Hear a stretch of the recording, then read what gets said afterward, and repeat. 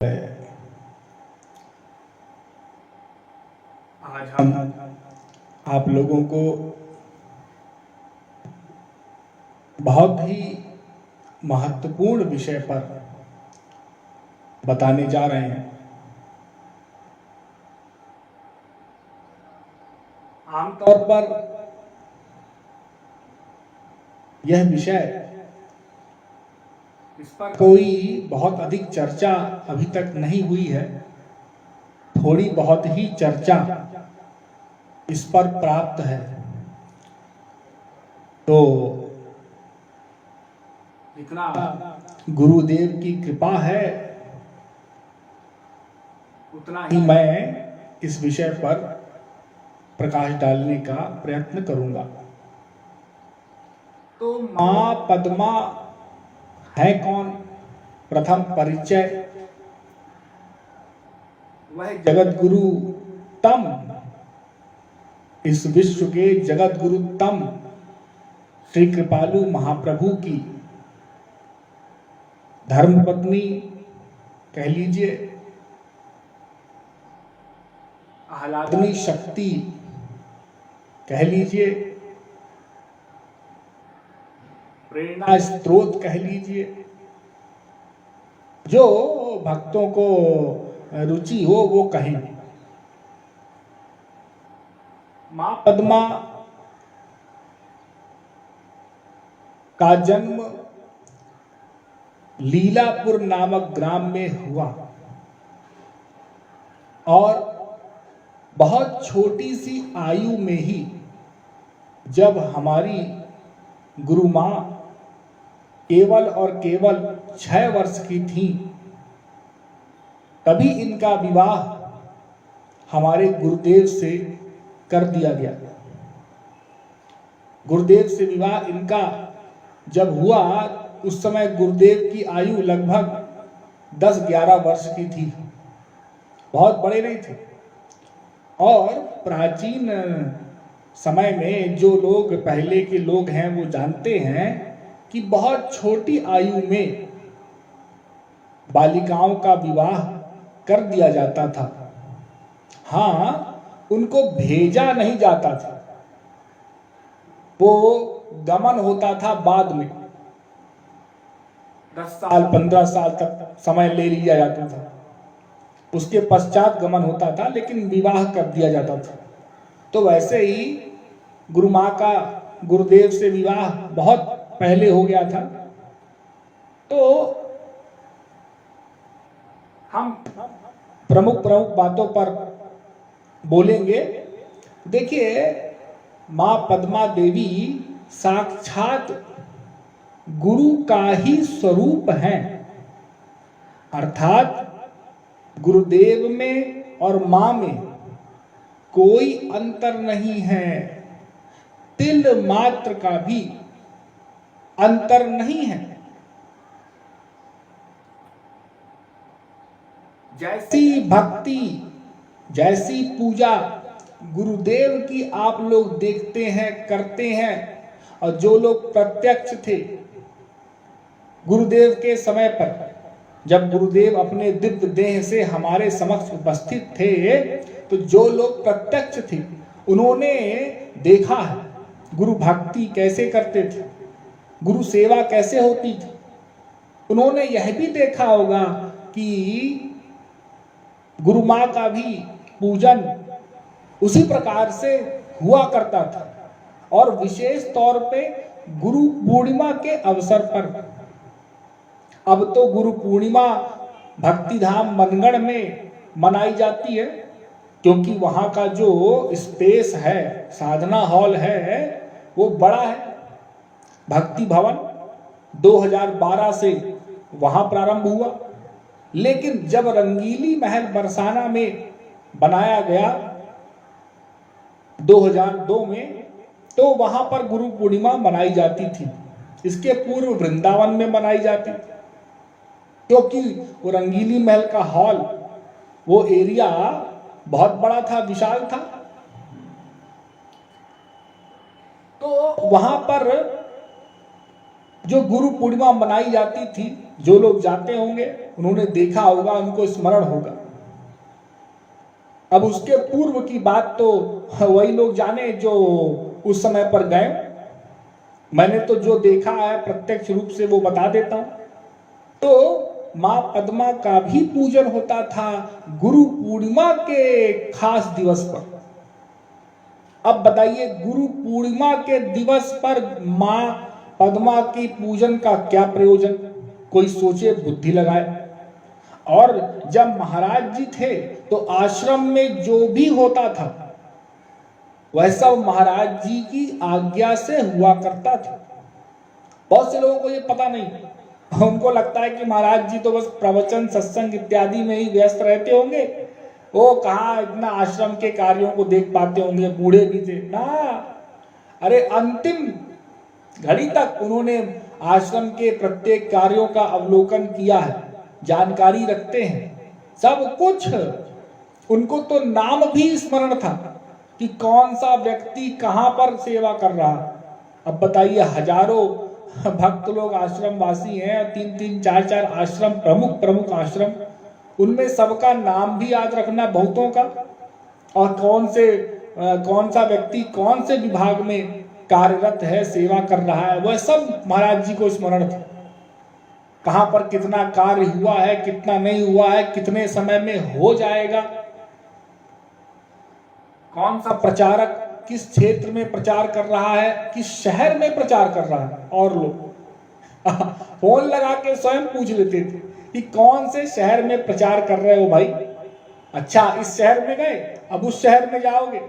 यहां तक बता दिया करते थे कि उस शहर में तो मैंने पहले सत्संग दिया है। कोई रायपुर में प्रचार कर रहा है, मैंने तो पहले सत्संग दिया वहां रायपुर में, बिलासपुर में, वहां अमुक अमुक व्यक्ति रहते हैं। नाम तक बता देते थे उस शहर के व्यक्तियों का। तो कहने का तात्पर्य कि गुरुदेव की मेमोरी इतनी तीव्र थी, स्मृति के बारे में तो पूरा विश्व जानता है उनका, मेमोरी के बारे में कोई क्या बोले। लेकिन कोई सोचे केवल शास्त्रों की ही उनको स्मृति थी, ऐसा नहीं। तो गुरुदेव के प्रत्यक्ष रहते हुए ही मां का पूजन होता था, और गुरुदेव के ही बगल में विराजमान होती थी गुरु मां, और बकायदा चरणों का पूजन होता था, चरणों का। तो ये क्यों होता था भाई? कोई कहे अनन्यता में बाधक है, केवल गुरुदेव की ही भक्ति करनी। अरे तो गुरुदेव ही हैं, यहां पुरुष रूप से हैं, यहां स्त्री रूप से हैं। जैसे शिव और शिवानी वो एक हैं, भगवान विष्णु और लक्ष्मी एक हैं, राम और सीता एक हैं, दो नहीं है। अरे ब्रह्म भी एक ही होता। तो जब मैंने बताया आपको कि वो स्वयं राधा कृष्ण मिलित रूपधारी गौरांग ही कृपालु महाप्रभु के रूप में आए, तो उनके साथ उनकी आह्लादनी शक्ति आई स्वयं उनके धाम से। वो मां पद्मा थी, अर्थात उनमें और गुरु में कोई भेद नहीं। जो करे वो नाम अपराध है, उससे बड़ा कोई अपराध नहीं कि गुरुदेव ही हैं बस। तो मां पद्मा जगत जननी साक्षात मातृ स्वरूपा, वो गुरुदेव की आह्लादनी शक्ति है, और उनकी भक्ति, उनका महत्व सबको समझना चाहिए। उनके विषय में बहुत कम लोग जानते हैं। देखिए, उनकी जो सेवा थी गुरुदेव के प्रति, मैं थोड़ा बहुत बताऊं। गुरु सेवा की साक्षात विग्रह थी, यदि मैं ऐसा कहूं तो गलत ना होगा। अर्थात यदि पृथ्वी पर गुरुदेव की सबसे अधिक सेवा किसी ने किया है तो वो हमारी गुरु मां ने किया। वो ऐसी सेवा की मूर्ति थी जिनको कोई समझ नहीं सकता। कि वो सेवा कर रही हैं, लेकिन वो कर रही होती थी।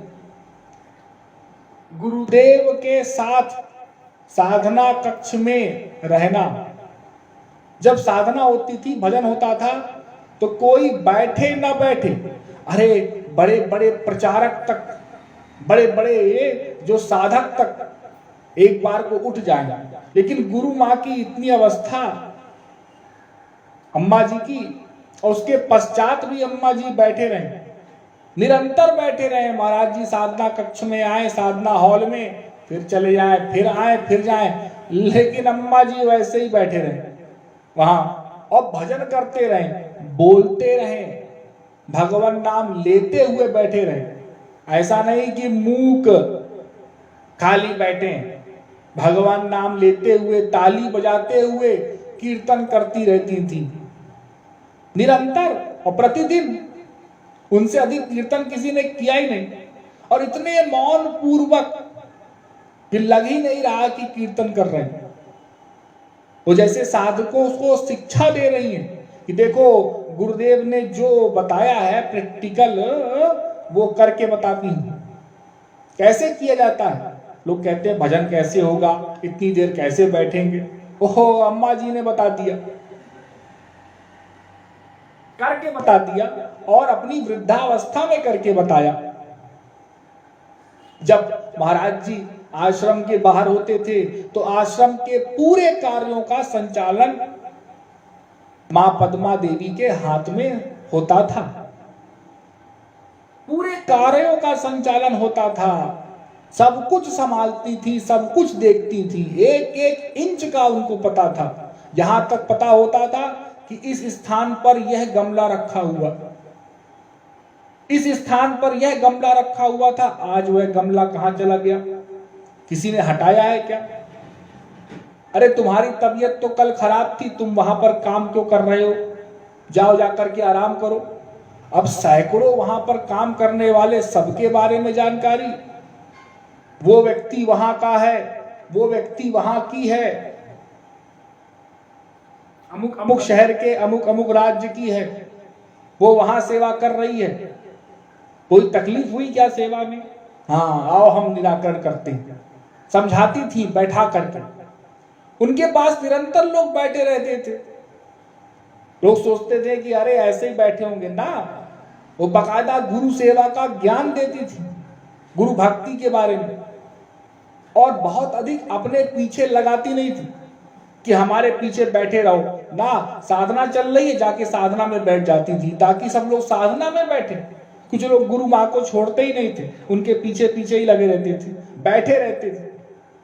अरे इतना प्रेम था, इतना आनंद था, वो तो स्वयं आनंद की मूर्ति थी, तो लोग कैसे छोड़ेंगे? तो जाकर के कीर्तन में बैठ जाए, कीर्तन डिस्टर्ब ना होने पाए, गुरुदेव का सत्संग डिस्टर्ब ना होने पाए, ठीक समय पर भोजन करो, स्वास्थ्य ठीक रखो, ठीक समय पर साधना भवन में जाओ, बाहर मत घूमो धूप में, सब चीज का ख्याल रखना।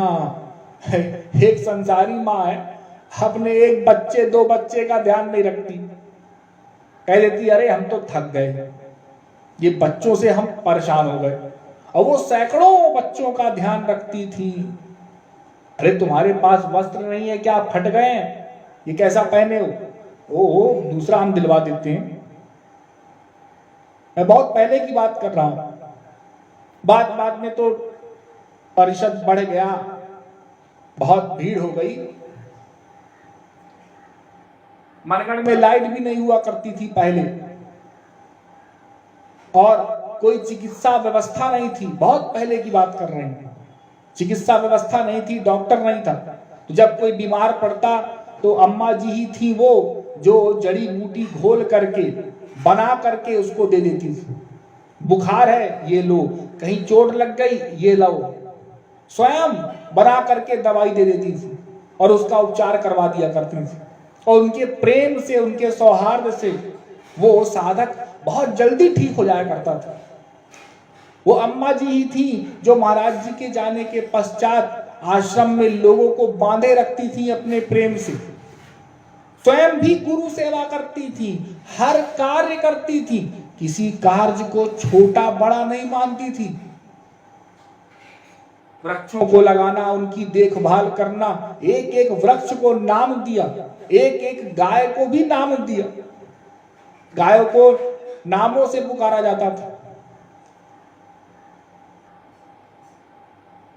स्वयं सेवा करती थी, स्वयं आश्रम की हर एक गतिविधि का ध्यान रखती थी। उनको देख करके साधक लोग प्रेरित होते थे और वैसी साधना किया करते थे। अरे वो स्वयं सेवा कर रही हैं, हमको भी करना चाहिए। धक्का लगता था अंदर कि देखो हम लोग साधना करने आए हैं, भक्ति करने आए हैं और करते नहीं है। और वो कौन है? अरे कम से कम और तो हम कुछ नहीं जानते नहीं, स्पिरिचुअल जगत की बातें, लेकिन वैसे भी भौतिक रूप से तो इस समय गुरु पत्नी है जिनका ऐसा ऐश्वर्य है।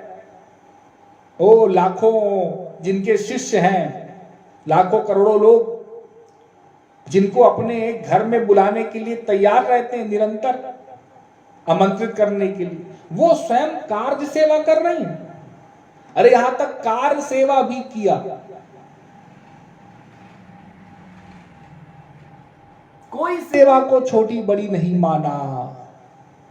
अर्थात जो गुरुदेव का प्रवचन था, मैं पूरा प्रवचन तो नहीं सुनाने जा रहा हूं, लेकिन जो गुरुदेव का प्रवचन था, सत्संग था, उसका मूर्तिमान रूप यदि कहीं मिलता है तो वो मां पद्मा में ही प्राप्त होता है और कहीं नहीं मिलता। उतना साक्षात मिलेगा गुरुदेव के तो प्रत्येक शिष्य में उनके प्रवचनों का, उनके सत्संग का कुछ ना कुछ अंश आपको मिलेगा, ये बात है। लेकिन यदि पूर्ण रूप से कहीं प्राप्त करना हो, आज साधक हैं, थोड़ा सा भाव आता है सत्संग में, आंसू निकल जाते हैं, कंट्रोल नहीं कर पाते, भाव आ जाता है। लेकिन अम्मा जी को किसी ने देखा नहीं ठाकुर जी के भजनों में रोते हुए। लोग प्रश्न करते हैं कैसी भक्ति थी। अरे गुरुदेव ने, आप दूसरा हिस्सा भूल गया प्रवचन का, गुरुदेव ने यह भी कहा कि बाह्य जगत से अपने आप को बचा के रखो। अर्थात बाह्य जगत में पता नहीं चलना चाहिए कि तुम भक्त हो। बहुत कम पीले वस्त्रों को पहनना, ये नहीं दिखाना कि हम भक्त हैं। कोई स्वांग नहीं कि बड़े बड़े कंठी माला लगा लेना, कि चंदन लगा लेना, या कुछ राधे श्यामी ओढ़ के चलना, या बहुत पीला वस्त्र लेके चलना, या ठाकुर जी की मूर्ति को हाथ में लेके चलना, या छोटी छोटी कीर्तनों में आंसू बहाना ना, कुछ पता नहीं चलने देती थी। और उनकी आभा ऐसी थी कि जब तक वह प्रत्यक्ष रूप से थी तो वहां के जो वृक्ष इत्यादि थी, आज भी है वो वृक्ष, ऐसा लगता है ऐसे मुरझा गए। वो बोलते थे, जैसा लगता है बोलते हैं, अम्मा जी से बात करते हैं।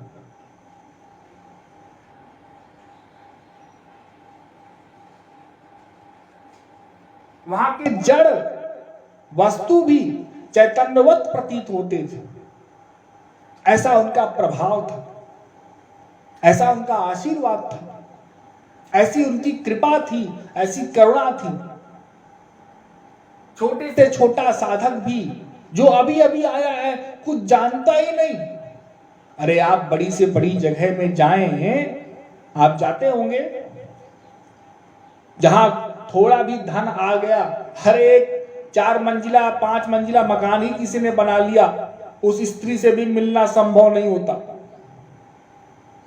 लेकिन यहां जहां भौतिक रूप से भी इतना करोड़ों के आश्रम, वो पहले दिन ही गया बेचारा, वो कुछ जानता भी नहीं।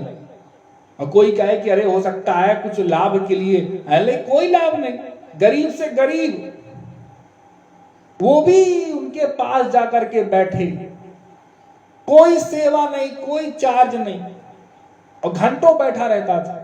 उसको ऐसा प्रेम मिलता था। प्रथम बार देखा जिसने, तो ऐसी गुरु मां के प्रति हमको श्रद्धा रखनी चाहिए, भक्ति अपनी बढ़ानी चाहिए। और गुरुदेव और अम्मा जी में कोई अंतर नहीं मानना है। मैं इसलिए इस विषय को आज लिया हूं ताकि आप लोगों को कुछ पता चले थोड़ा बहुत। बाकी तो आप लोग साधकों से, पुराने साधकों से पूछेंगे तो वो कुछ कुछ और बताएंगे, बहुत सी बातें, ताकि आप लोग सीखें। लोग कहते हैं हम सीखें किससे, आइडियल किसको बनाए। अरे गुरुदेव को तो बना नहीं सकते, वो तो साक्षात अवतार ही हैं, उनको कोई क्या आइडियल बनाएगा, वहां तक कोई पहुंच भी नहीं सकता। तो आइडियल के लिए, सीखने के लिए मां पद्मा देवी जैसी भक्ति करनी चाहिए। बिल्कुल सिंपल भोजन, साधारण भोजन, साधारण पहनावा, धीमे धीमे आवाज में बोलना।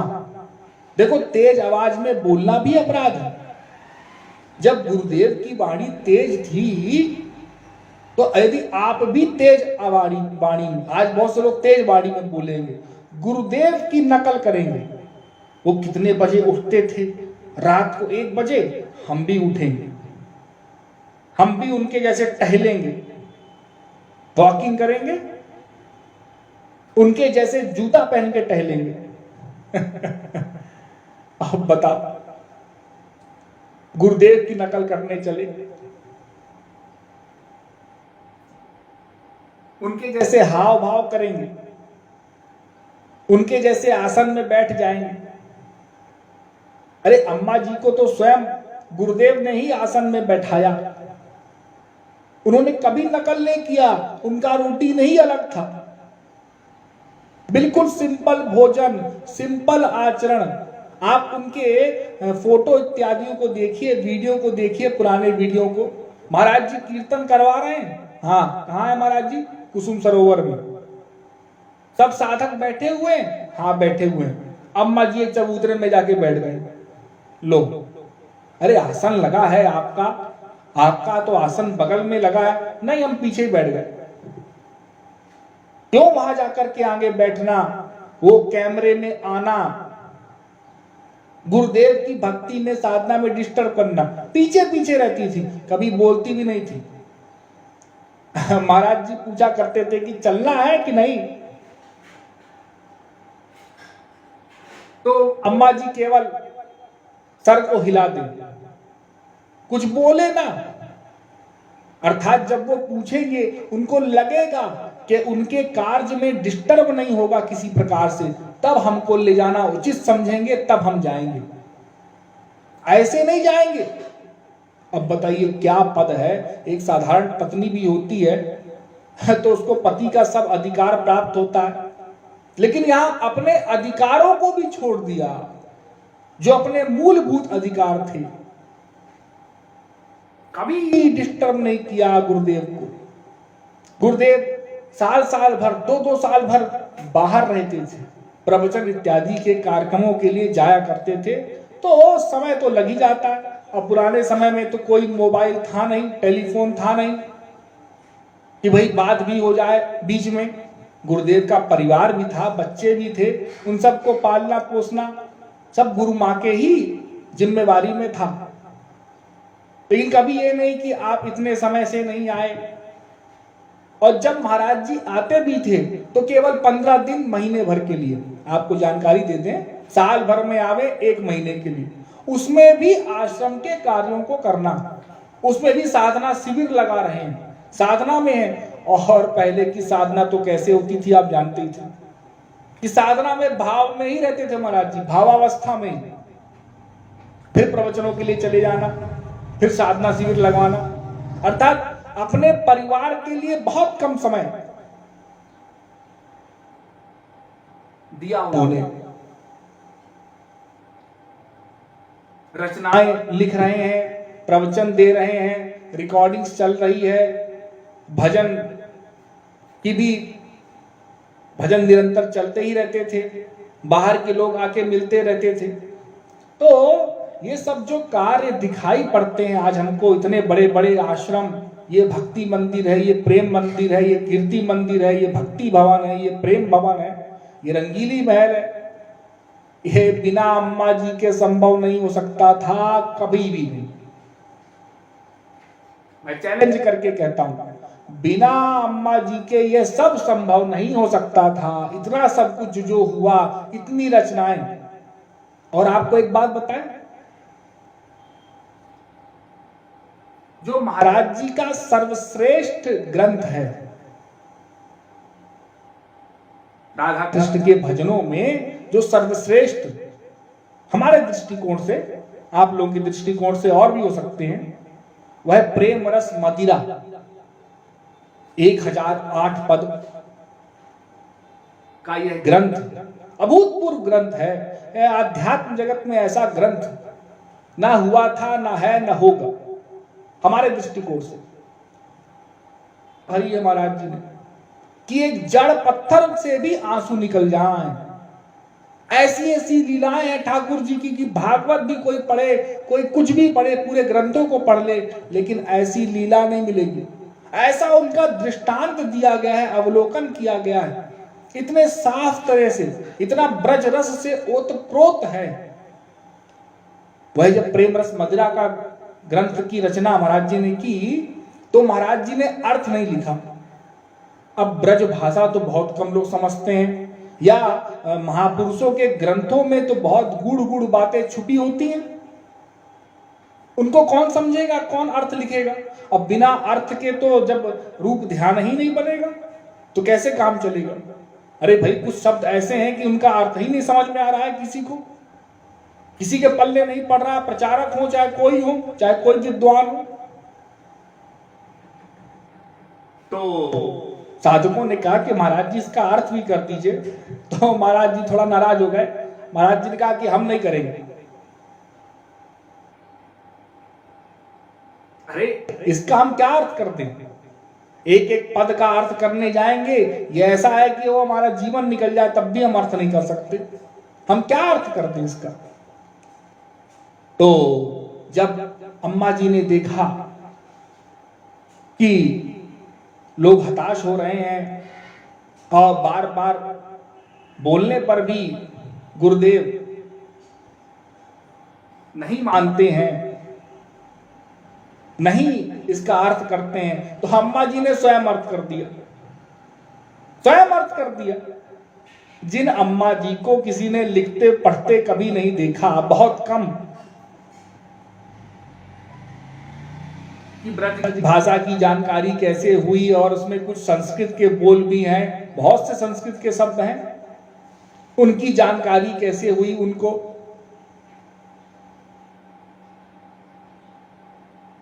इतने गूढ़ आध्यात्म ज्ञान की जानकारी कैसे हुई। वो तो कोई प्रवचन इत्यादि भी नहीं दिया करती थी। अम्मा जी ने पूरा अर्थ कर दिया प्रेम रस मदिरा का।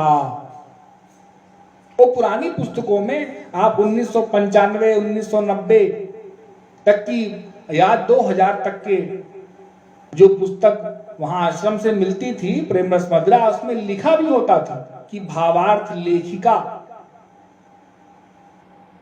श्रीमती पद्मा देवी, लिखा होता था बकायदा। जिनके पास पुरानी पुस्तक होगी और आप लोग जानना चाहते हैं कि भाई इस बात में कितनी सच्चाई है, तो पुराने लोगों से पूछ लेना, वो होगी। वो ग्रंथ बहुतों के पास है, हजारों व्यक्तियों के पास है। सोचिए, ये प्रेम रस मदिरा का अर्थ कौन कर सकता है?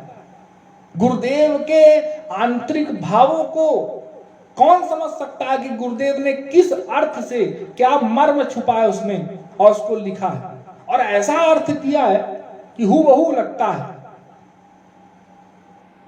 जो गुरुदेव के भाव है उनको समझ करके व्यक्त कौन कर सकता है? जो गुरुदेव की ही शक्ति हो, तो वो करुणामयी शक्ति, वो कृपामयी शक्ति इस एक बात से ही प्रमाणित हो जाता है। दूसरी तो कोई बात लगती ही नहीं प्रमाण देने में।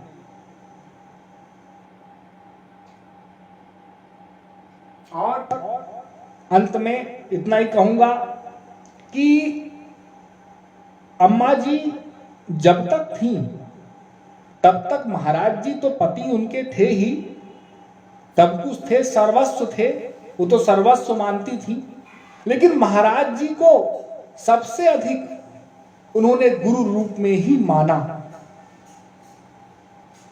हम साधकों ने तो जब भी देखा उनको शिष्य रूप में ही देखा। महाराज जी को बकायदा दंडवत प्रणाम करती थी, उनके चरणों में झुक करके। आज का साधक भी इस प्रकार से प्रणाम नहीं कर पाएगा, और 80 वर्ष 85 वर्ष की अवस्था में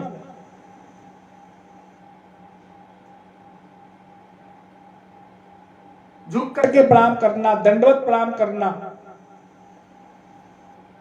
बड़ी दीनता के साथ गुरु रूप में भी उनको माना, और जैसे गुरु आज्ञा पालन की जाती थी ठीक ठीक वैसे ही किया।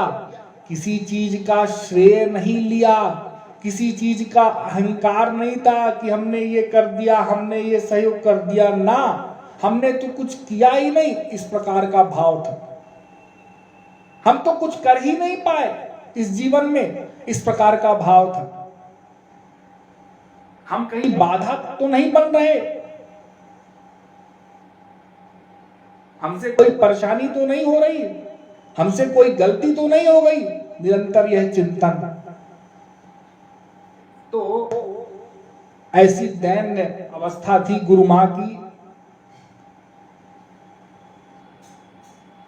गुरुदेव जब थोड़ा सा निकट जाकर के गुरु मां से कुछ हंसी ठिठोली करें या थोड़ा उनके नजदीक बैठ भी जाएं, उनको इतनी प्रसन्नता होती थी। आप लोग उनके चेहरे पर देखें, वीडियो इत्यादि सब उपलब्ध हैं। ये इतनी बड़ी कृपा है एक कलयुग देवता की, ये बहुत बड़ी कृपा है कि हम लोग गुरुदेव के वीडियो सत्संग को देख सकते हैं। इतनी उनको प्रसन्नता होती थी, इतनी अधिक उनके चेहरे में, जैसे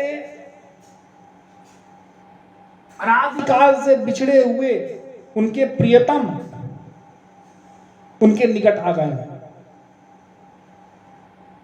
इतनी उत्तेजना, इतनी सरलता उनके चेहरे पर, उनके मुख पर, इतना तेज।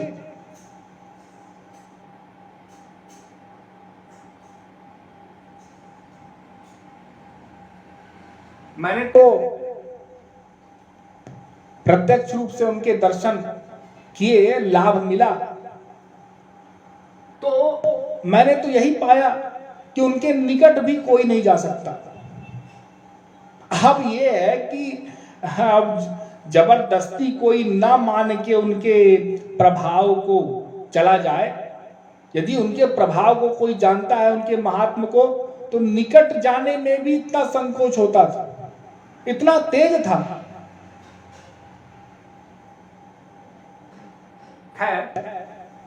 तो हमको उनसे यही कृपा मांगनी है, उनसे प्रार्थना करनी है। और बड़ी कृपालु हैं वो, कृपालु शब्द को भी सार्थक किया उन्होंने।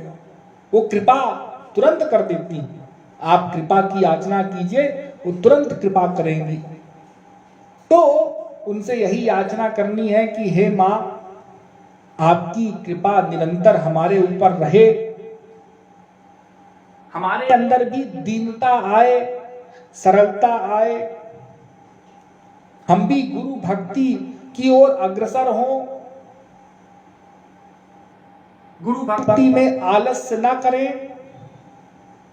शारीरिक सेवा हो, चाहे मानसिक सेवा हो, चाहे कोई भी सेवा हो, आर्थिक सेवा हो, इसमें कृपणता न करें। गुरुदेव की सेवा के लिए तन मन धन से सदैव तत्पर रहें, और ऐसा करने से गुरु मां को बहुत प्रसन्नता होती थी। जो साधक गुरुदेव की भक्ति करते थे, गुरुदेव की आज्ञा का पालन करते थे, उनको उनकी कृपा सहज ही प्राप्त हो जाती है। और जो लोग ऐसा नहीं करते और ऊपर से स्वांग करते, अंदर से वो भाव नहीं है, वो समर्पण नहीं है, बहुत सी बातें हैं, तो उन पर गुरु मां की कृपा नहीं हुआ करती। और जिन पर गुरु माँ की कृपा नहीं होती, उन पर गुरुदेव की भी कृपा नहीं होती। दोनों बातें एक दूसरे में अंतर्हित है। तो अभी के लिए इतना ही। हम उनके चरणों में कोटि कोटि नमन करते हैं, वंदन करते हैं, प्रणाम करते हैं और उनसे गुरु सेवा की, गुरु भक्ति की भिक्षा मांगते हैं। ऐसे भाव रख करके आज के सत्संग को हम यहीं विराम देते हैं। बोलिए भोली भाली प्यारी प्यारी अम्मा जी की, बरसाने वारी की।